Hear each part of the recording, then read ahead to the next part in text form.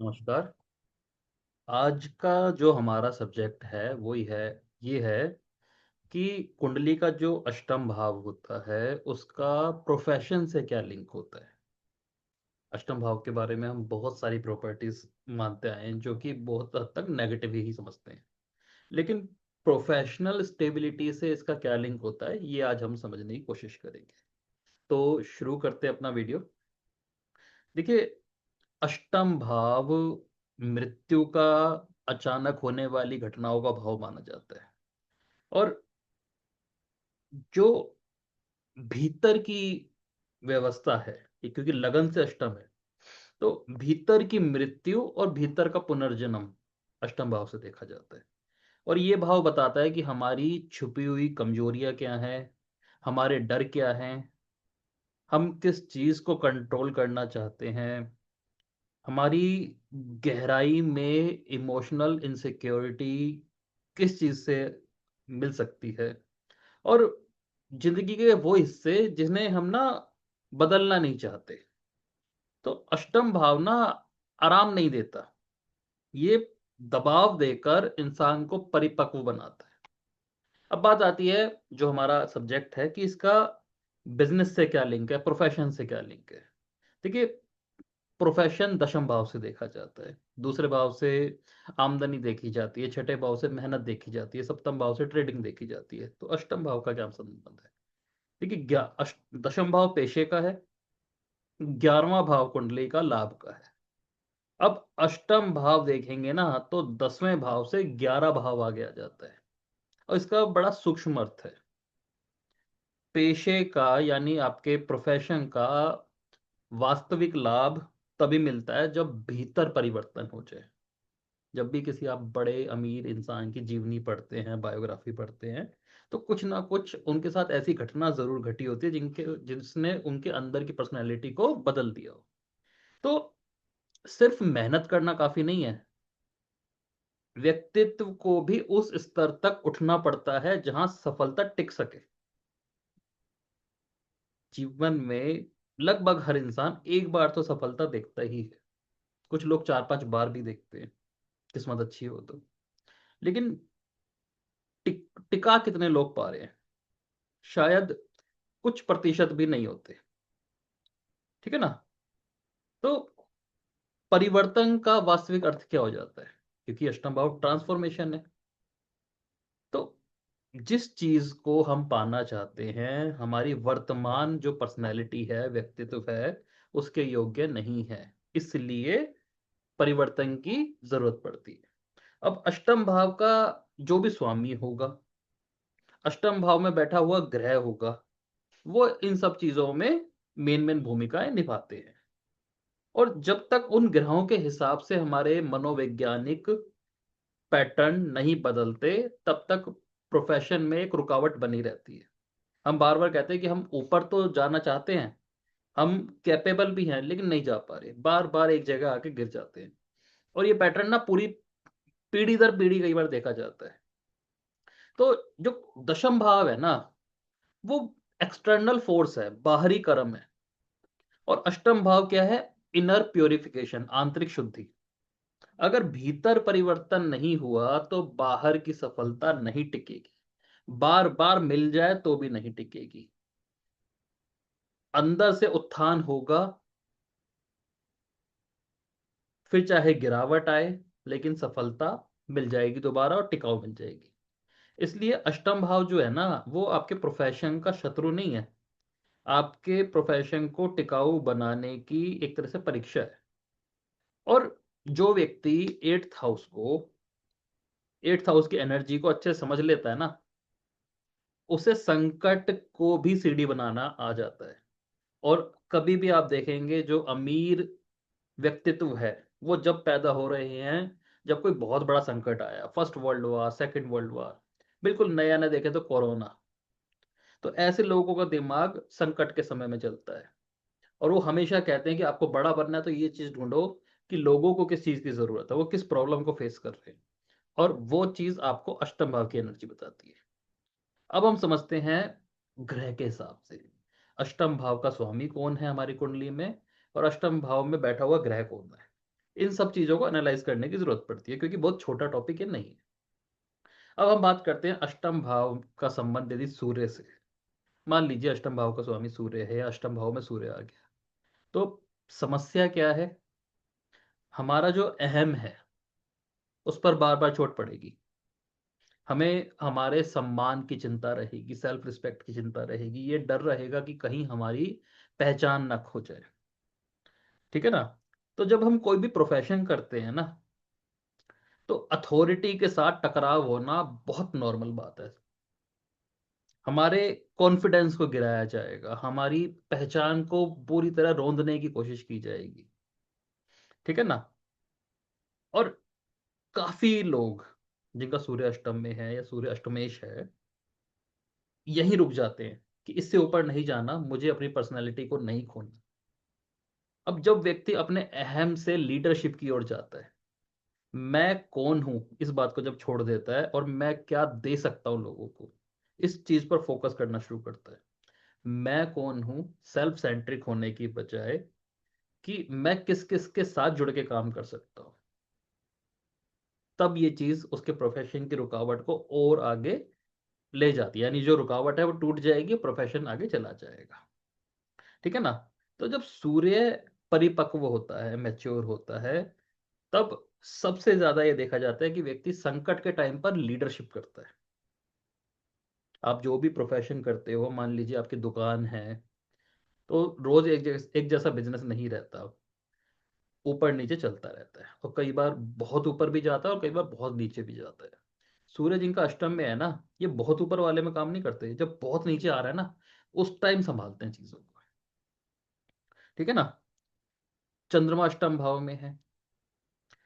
चंद्रमा अष्टम भाव में क्या होगा? इमोशनल इनसिक्योरिटी, बचपन ही बड़ा अजीब सा गया होगा।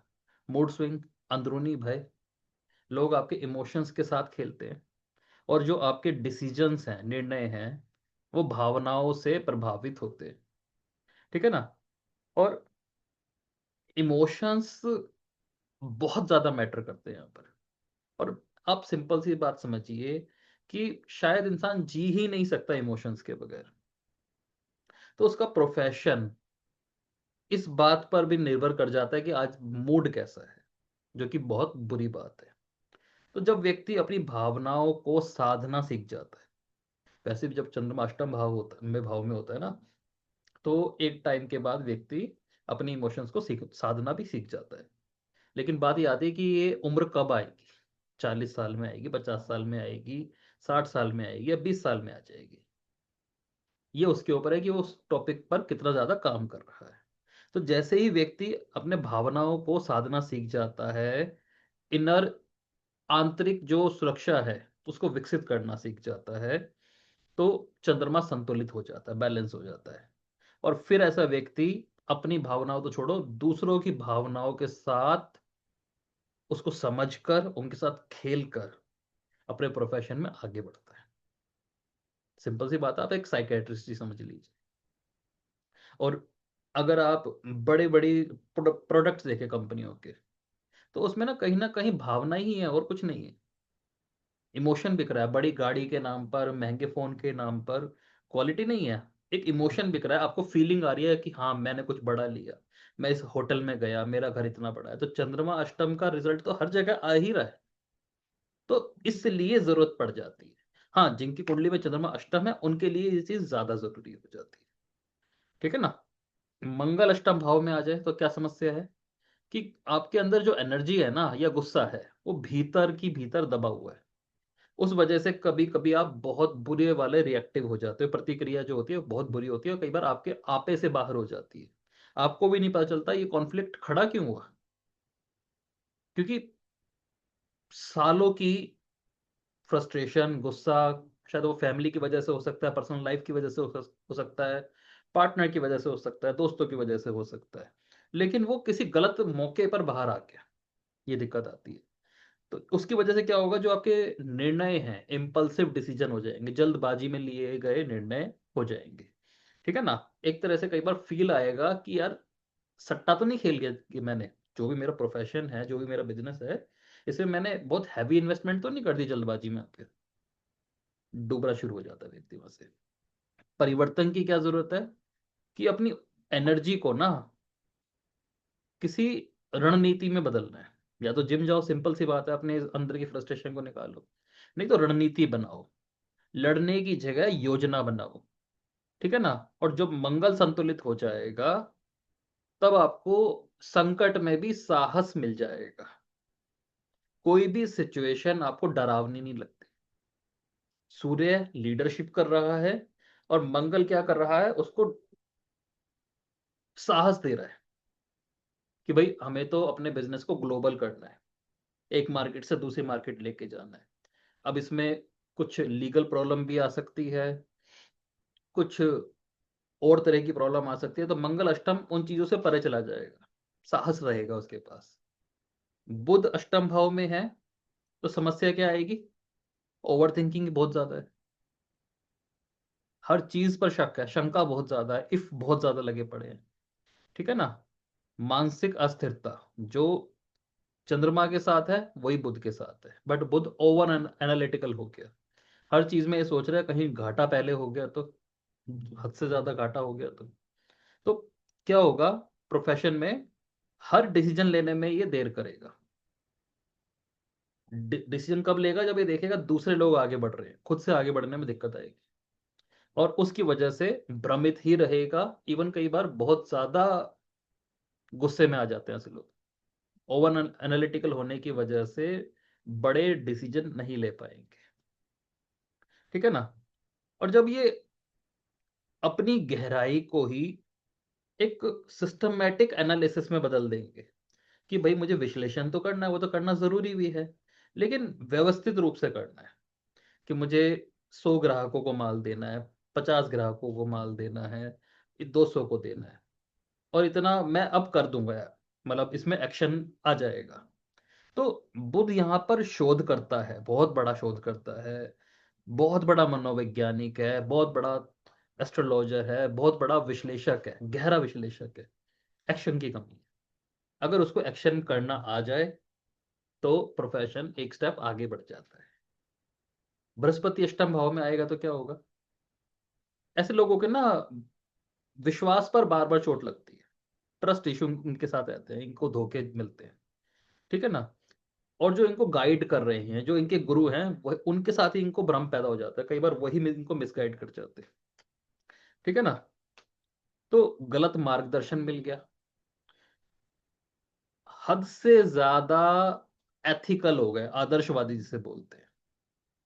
और जब हमें धंधा करना है ना, तो एक स्टेप आगे बढ़ने के लिए कुछ नई चीजें भी सीखनी पड़ती है, समझनी पड़ती है, जहां हमारे अपने आदर्श अलग तरीके से चलते हैं। मान लीजिए, जैसे आप एक शुद्ध शाकाहारी व्यक्ति है, और ये आपके आदर्श का हिस्सा है। अब आपका जो ग्राहक है, या आपको एक नई मार्केट तलाश करनी है जहां पर शुद्ध मांसाहारी व्यक्ति बैठते हैं, वो उनके आदर्श है।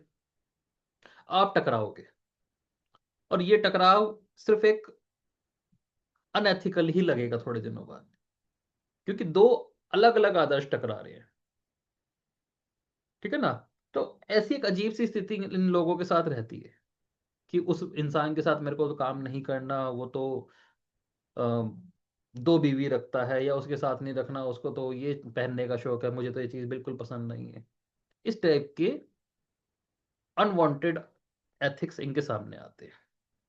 और जब व्यक्ति एक्सपीरियंस करता है ना इन चीजों को, एक्सपीरियंस करने का मतलब ये है कि जब व्यक्ति एक बार एक्ट करके देख लेता है, तो उसे पता चलता है कि सबकी अपने विचारधारा है, और मुझे किसी को बदलने की जरूरत नहीं है। अनुभव से ज्ञान निकालना। ठीक है? तो जब बृहस्पति परिपक्व हो जाता है, तो गुप्त ज्ञान का गुरु बन जाता है। गुप्त ज्ञान का मतलब ये है कि आने वाला भविष्य कैसा है, उस टाइम क्या चीज बिकेगी, हमारे जो करंट प्रोफेशंस हैं, इसका रूप कैसा बदल जाएगा, बृहस्पति बहुत जल्दी समझ जाते हैं। शुक्र अष्टम भाव में है, संबंधों में जटिलता, इमोशनल, एक तरह से डिपेंडेंसी, भावनात्मक निर्भरता जिसे बोलेंगे। क्योंकि शुक्र अष्टम भाव में जाएगा तो क्या होएगा? जो भी इनके बिजनेस होंगे ना, उसमें कहीं ना ये रिलेशन बनाने की कोशिश करेंगे। अपने किसी रिश्तेदार को काम करा दिया, किसी रिश्तेदार के साथ काम कर लिया, उसको सेट कराने के बजाय ले आए। और वहां परेशानी इनको देखने को मिलती है, कई बार वहां से धोखा भी मिल जाता है। ठीक है। कई बार ऐसा भी हो जाता है कि धोखा नहीं है, लेकिन जब एक्सपेंड करने की बात आ रही है काम को, तो इतना एक्सपेंड नहीं हो पा रहा। ठीक है। और अब किस तरफ जाना है इनको, कि इनको ये चीज देखनी है कि जो भी मेरा प्रोडक्ट है, इसका मूल्य निर्माण कैसे हो सकता है। सिर्फ आकर्षण की बात नहीं है कि मुझे पर्टिकुलर पैशन को फॉलो करना है, इससे मैं नहीं। बात यह है कि क्या चीज असली वैल्यू देगी। क्योंकि शुक्र अष्टम में, अब चंद्रमा, बुध और शुक्र तीनों फीमेल प्लैनेट है। चंद्रमा अलग भावनाओं को मारा हुआ है, बुध अलग भावनाओं को मारा हुआ है, शुक्र अलग भावनाओं को मारा हुआ है। तो इस चीज से जब ये बाहर निकल जाते हैं और वैल्यू क्रिएशन की ओर जाते हैं, कि हर चीज रिलेशन नहीं होती, हर चीज अट्रैक्शन नहीं होती, वैल्यू क्रिएशन या प्रैक्टिकल होना एक जगह जरूरी हो जाता है, तो ऐसे लोग बहुत अच्छी तरक्की करते हैं।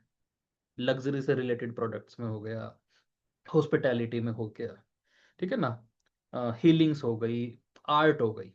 लेकिन रिलेशन वाले टॉपिक को थोड़ा सा साइड रख के चलना चाहिए। अष्टम भाव में शनि आ गया, तो समस्या क्या है, बहुत गहराई पे डर बैठा हुआ है, किसी भी चीज का हो सकता है। ठीक है ना, असुरक्षा है। और ऐसे लोग ना बार बार डिसकंटिन्यू करते हैं चीज को। काम ठीक चल रहा है लेकिन दूसरी जगह चले गए, फिर दोबारा आए। एक ही काम को लगातार लंबा चलाने में इनको दिक्कत आती है। ठीक है। और कई बार ना इनको फीलिंग होती है कि लोग ना हमारे ऊपर कंट्रोल करने की कोशिश कर रहे हैं, और ये चाहते हैं कि इनके ऊपर कोई कंट्रोल करे। असल में गाइडेंस इनको मिल रही होती है, लेकिन ये उसे कंट्रोल कर समझना शुरू कर देते हैं, वहां पर इनका सब्जेक्ट डूब जाता है एक तरह से। तो नियंत्रण करने की जो, नियंत्रित होने की जो प्रवृत्ति है ना इनकी, वो गलत है। ऐसा कुछ होता नहीं है, लेकिन इनको समझ लगता बहुत ज्यादा है। अब चक्कर ये है कि रिस्क लेने में भी डर है, क्योंकि शनै शनै चल रहे हैं। और कंट्रोल्ड भी नहीं होना, किसी के साथ मिलके काम भी नहीं करना, किसी के अंडर तो बिल्कुल नहीं करना। और पर्सनल रिस्क लेने में डर है। जरूरत क्या है, जब शनि का संबंध अष्टम भाव से आ जाए, शनि अष्टम में है, शनि अष्टम का मालिक है, तो सबसे पहले तो ऐसे लोगों को डिसिप्लिन सीखना चाहिए। लगातार एक ही चीज में लगे रहना इनके लिए सबसे जरूरी होता है। डिसिप्लिन की बात ये हो गई। दूसरी बात है धैर्य। इनके अंदर थोड़ी सी कमी धैर्य की देखी जाती है। धैर्य की कमी ऐसे समझ लीजिए, प्रोफेशन में है, हल्की सी भी कोई ऊंच नीच हुई लेकिन ये बर्दाश्त नहीं कर पाएंगे, तुरंत उस चीज को स्पॉइल कर सकते हैं। ठीक है ना। तो जैसे जैसे अनुशासन बढ़ता रहता है, लाइफ ट्रांसफॉर्म होती जाती है, वहीं बिजनेस में स्टेबिलिटी देखने को मिलती है। और जैसे सूर्य की बात है, मंगल की बात है, शनि भी संकट के टाइम पर स्टेबल कर देता है। ऐसे ऐसे पॉइंट बना लेता है कि जो प्रोफेशन है ना, वो इससे नीचे तो जा ही नहीं सकता। क्योंकि शनि की चाल ही कुछ इस तरह की है, बहुत ज्यादा स्टेबल है। अष्टम भाव का संबंध राहु से आ जाए, अब हद से ज्यादा एनर्जी है, अत्यधिक जिज्ञासा है, रहस्यमय आकर्षण है। प्रोफेशन में प्रॉब्लम कहाँ आएगी, कि जो डिजायर है ना, वो आपको ही नहीं पता कि कितनी है। असंतुलित महत्वाकांक्षा, इसे ऐसे समझ लीजिए, इम्बैलेंस्ड डिजायर्स। और जैसे ही ये लोग संतुलित हो जाए, डिजायर को लिखना सीख जाए, ठीक है, अपने जुनून को क्रिएशन में बदल दे, प्रोडक्टिव चीज की ओर चले जाए। मतलब सिंपल सा हम ऐसे लोगों को क्या कहेंगे, भाई बिजनेस में ज्यादा, जो तुम प्लेस, प्रोफेशनल प्लेस पे जाके बैठ जाते हो ना, ज्यादा सोचना मत। मार्केट का राउंड लगाओ, प्रोडक्टिव कुछ भी कर लो, ज्यादा बैठे बैठे ख्याली पुलाव मत करना कि आज कंपनी की दुकान खोली है, कल को तुम शेयर निकालने बैठ गए उसके। क्योंकि ये लोग सोचते इस तरह से हैं।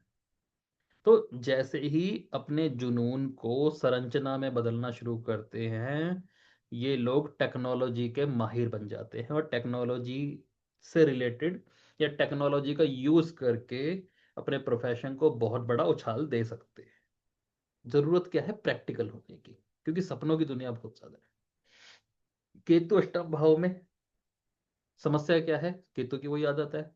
केतु का मतलब होता है काटना, अलग हो जाना, अंदरूनी रूप से विराग होना, डिटैचमेंट वाली फीलिंग आना। इससे क्या होगा, पेशे में ना मोटिवेशन की कमी हो जाती है, क्योंकि कभी भी जाकर ऐसा लगता है अब बंद कर देते हैं, बस बहुत हो गया। और कोई भी प्रोफेशन ना कभी स्टेबल नहीं हो सकता, या तो नीचे जाएगा या ऊपर जाएगा या दोनों की तरफ मूवमेंट करेगा। सीधा आप चलाने की कोशिश करो, प्रोफेशन डूबेगा ही डूबेगा। और ये इनकी सबसे बुरी थॉट होती है। ठीक है ना?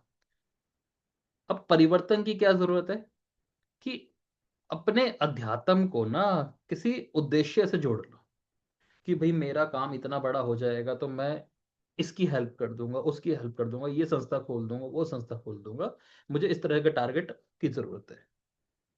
तब केतु बहुत अच्छे से काम करेगा, मन लगाकर काम करेगा। ठीक है ना? तो केतु तो मोक्ष का प्लानेट है, और अष्टम भाव में तो वैसे भी मोक्ष का संकेत दे देता है। तो लेकिन इनको ये समझना पड़ेगा, मोक्ष से पहले कर्म शुद्धि जरूरी है, अपनी ड्यूटीज निभाना जरूरी है। दूसरे लोगों का को रास्ता दिखाना, उनकी हेल्प करना, उनका पेट भरना, वो भी जरूरी होता है। तो अपने आप ही मोक्ष मिल जाता है। जब इस तरह की चीजें या इस तरह के पैरामीटर्स इनके लिए अपनाए जाएंगे, तब अपने आप ही केतु अच्छा बिहेव करने लगता है। ठीक है ना? तो सिंपल सी बात है कि अष्टम भाव जिस भी ग्रह को छूता है, उस ग्रह की कच्ची प्रवृत्ति को पक्का बनाना पड़ता है। और जब तक वो ग्रह परिपक्व नहीं होगा, मैच्योर नहीं होगा, आप कोई भी बिजनेस कर लो, कोई भी नौकरी कर लो, उसमें स्टेबल सक्सेस आपको नहीं मिलती। तो एट्थ हाउस बाधा नहीं होती पेशे को टिकाऊ बनाने की, तो प्रयोगशाला की तरह होता है। ठीक है ना? जहां अष्टम भाव के हम नेगेटिव रिजल्ट पढ़ने की कोशिश करें, वो लगन के लिए नेगेटिव है। लेकिन जब व्यक्ति को अपना ही लगन बदलना होता है, मतलब एक तरह से पर्सनैलिटी बदलनी होती है, तभी अष्टम भाव की जरूरत पड़ती है। और ऐसा नहीं होता कि इंसान जैसा पैदा हुआ था बुढ़ापे तक वैसा ही है, उसकी पर्सनैलिटी में बहुत बार परिवर्तन आते हैं। वो सब अष्टम भाव की वजह से आते हैं। तो ठीक है ना? तो आज हमने प्रोफेशन और अष्टम भाव पढ़ा। धन्यवाद।